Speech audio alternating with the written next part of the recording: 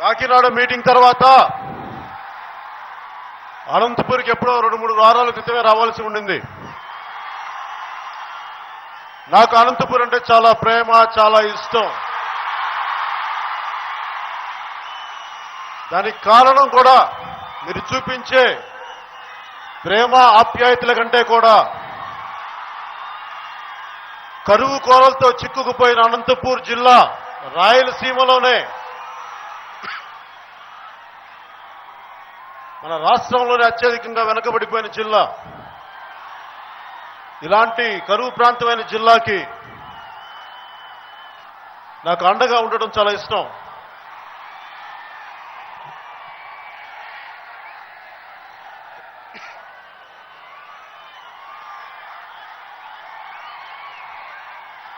ఎందుకు రాలేకపోయాను 2-3 వారాల క్రితం అంటే, సరిహద్దులో పాకిస్తాన్ దేశం మన సైనికుల మీద దాడి చేసి చంపిన తర్వాత అలాంటి సమయంలో స్పెషల్ స్టేటస్ గురించి మాట్లాడటం సరైనది కాదనిపించింది. ఒక్కసారిగా ముఖ్యాంశాలు ప్రారంభించబోయే ముందు చనిపోయిన మన భారత్ జవాన్ల కోసం, మన భారతదేశ సైనికుల కోసం కొద్ది క్షణాలు వారి ఆత్మశాంతి కోసం మౌనం పాటిద్దాం.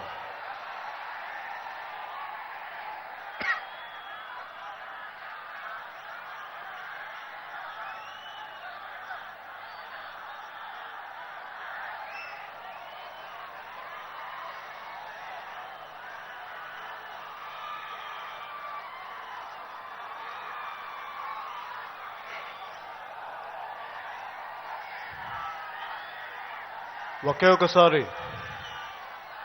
మన మాతృభూమికి, మన దేశానికి, మన జన్మభూమికి ఒకసారి జేజేలు కొట్టి సభను ప్రారంభిద్దాం. భారత్ మాతా కీ!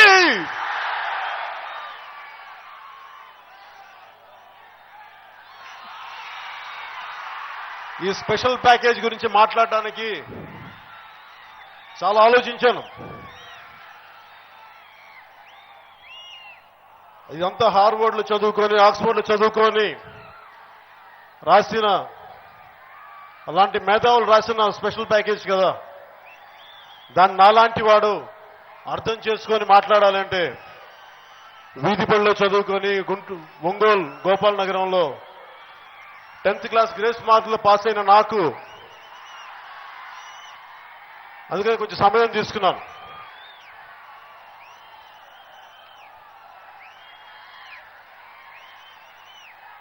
ఈ స్పెషల్ ప్యాకేజ్ గురించి మాట్లాడడానికి, స్పెషల్ స్టేటస్ గురించి మాట్లాడడానికి చాలా ఉన్నాయి. మొన్న కాకినాడ సభలో కూడా చెప్పాను. మనకి ఓట్లు అడగడానికి వచ్చినప్పుడు చాలా సులువైన భాష, సరళమైన భాష, అర్థమయ్యే భాషలో మాట్లాడతారు. కానీ మనకిచ్చే సమయంలో మటుకు అస్సలు అర్థం కాని భాష, మనకి ఏమాత్రం ఇంట్రెస్ట్ లేకుండా ఉత్సాహం చచ్చిపోయేలాగా అలాంటి భాష వాడి మనల్ని తికమకలు పెట్టి ఎందుకులే వదిలేద్దాం అనుకుంటాం. అలాంటి పరిస్థితుల్లో ఉంటాం. అందుకనే నేను కొంచెం సమయం తీసుకున్నాను.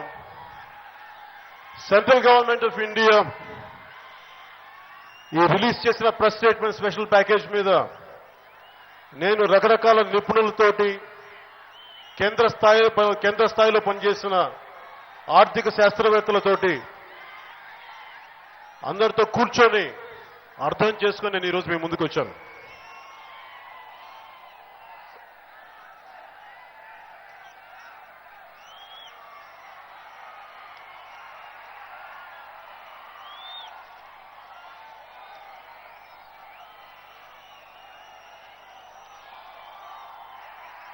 చాలాసార్లు ఈ ప్యాకేజ్ని పోయినసారి నేను పాచిపోయిన లడ్డూలు అన్నాను.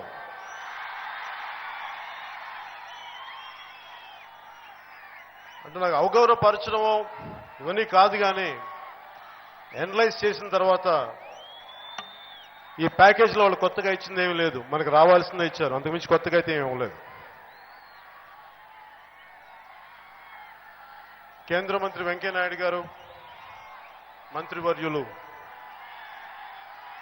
చాలా మంచిది ప్యాకేజీ, రాష్ట్ర ప్రభుత్వం కూడా చాలా మంచిది అని చెప్పి చెప్తా ఉన్నారు. నా ఉద్దేశం ఏంటంటే,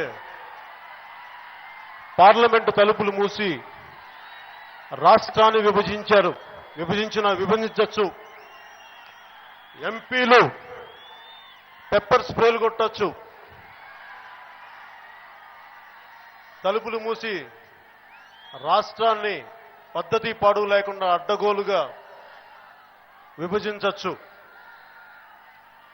అలాగే స్పెషల్ స్టేటస్ ఇవ్వకపోతే ప్రాణాలు ఆరిపోతాయని అరుపులు కూడా వినొచ్చు.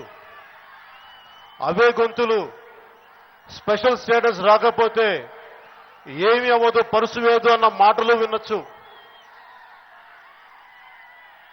అలాగే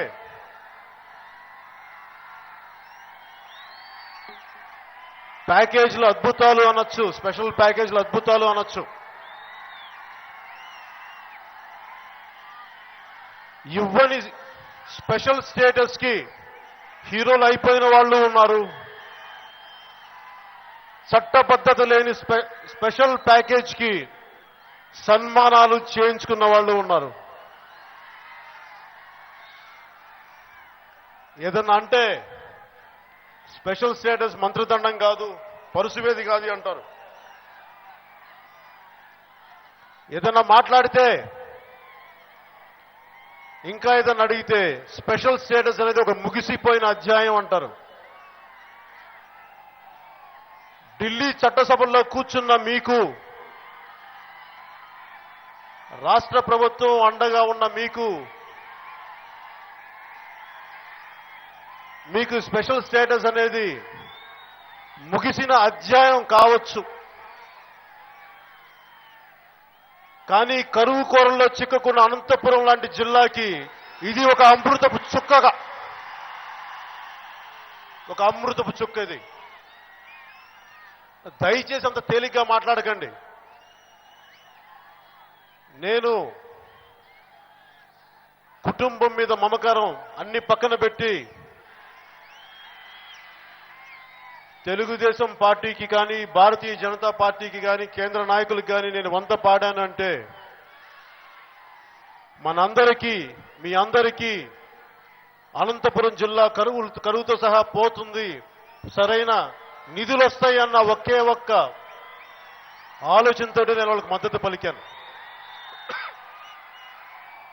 కానీ అవి జరగనప్పుడు, ఆ మాటలు నిలుపుకోలేనప్పుడు నేను ఖాళీగా కూర్చున్న మనిషిని కాదు, ఉత్త చేతులతో జీహూజూర్ అని ఆడే బానిసని కాదు. నేను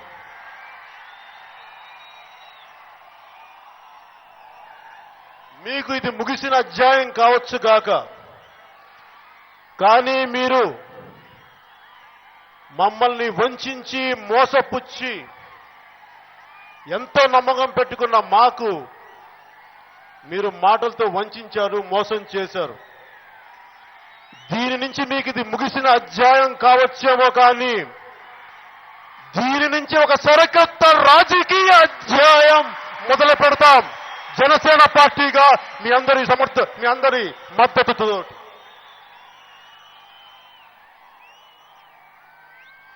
దండాలు పెట్టి మరి ఓట్లు అడిగి అందలం ఎక్కి కూర్చున్నాక ప్రజల్ని మర్చిపోతారు, మనుషుల్ని మర్చిపోతారు.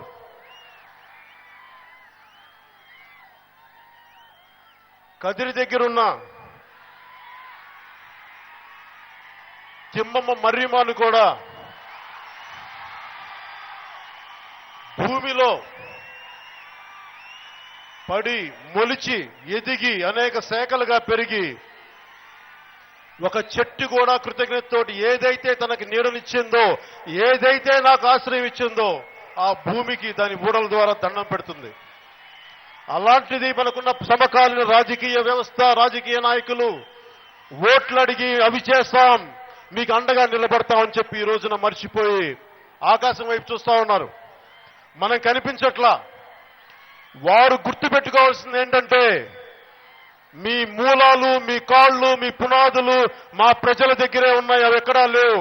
అనుకుంటే కూలదోస్తాం, మీరు నిలబడకపోతే కూలదోస్తాం.